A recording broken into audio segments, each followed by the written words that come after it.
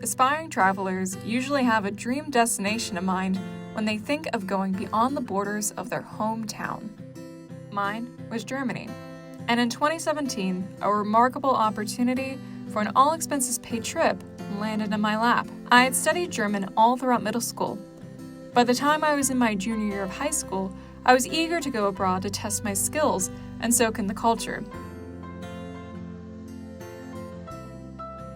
I successfully applied for a 3-week scholarship trip to the small town of Bielefeld and was over the moon about leaving the country for the very first time. Even though I was flying solo, I became very comfortable with Germany and my travel group.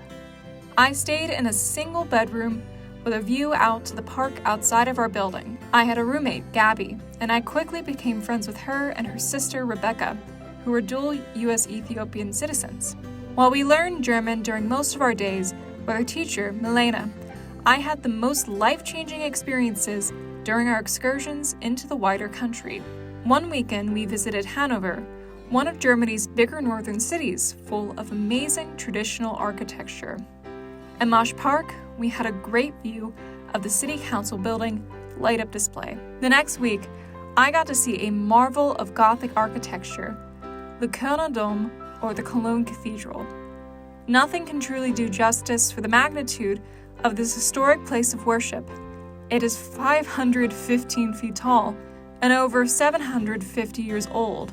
Our group was blown away by the intricacies of the designs, a display of an art form lost to time. This isn't all Cologne had to offer. It is home to the Lindt Chocolate Museum. As a chocolate fanatic, I was ecstatic to see how they made such delicious treats, and even more thrilled when I got to eat some for free, too. But the highlight of the trip for me was a small botanical garden just a few miles away from our hostel. There were all sorts of amazing flowers that I couldn't even name in English, and their beauty was mesmerizing.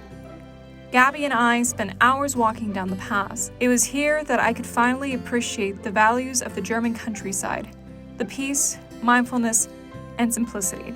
At the end of my trip, my group, which had been obsessed with the song Despacito, wrote a German version, Es passiert so, or It Happened So, to sing together on our very last day.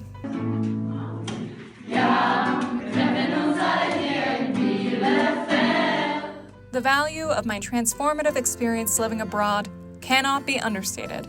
I learned so much, with the greatest lesson of all being how to greater appreciate places and people outside of my own small world.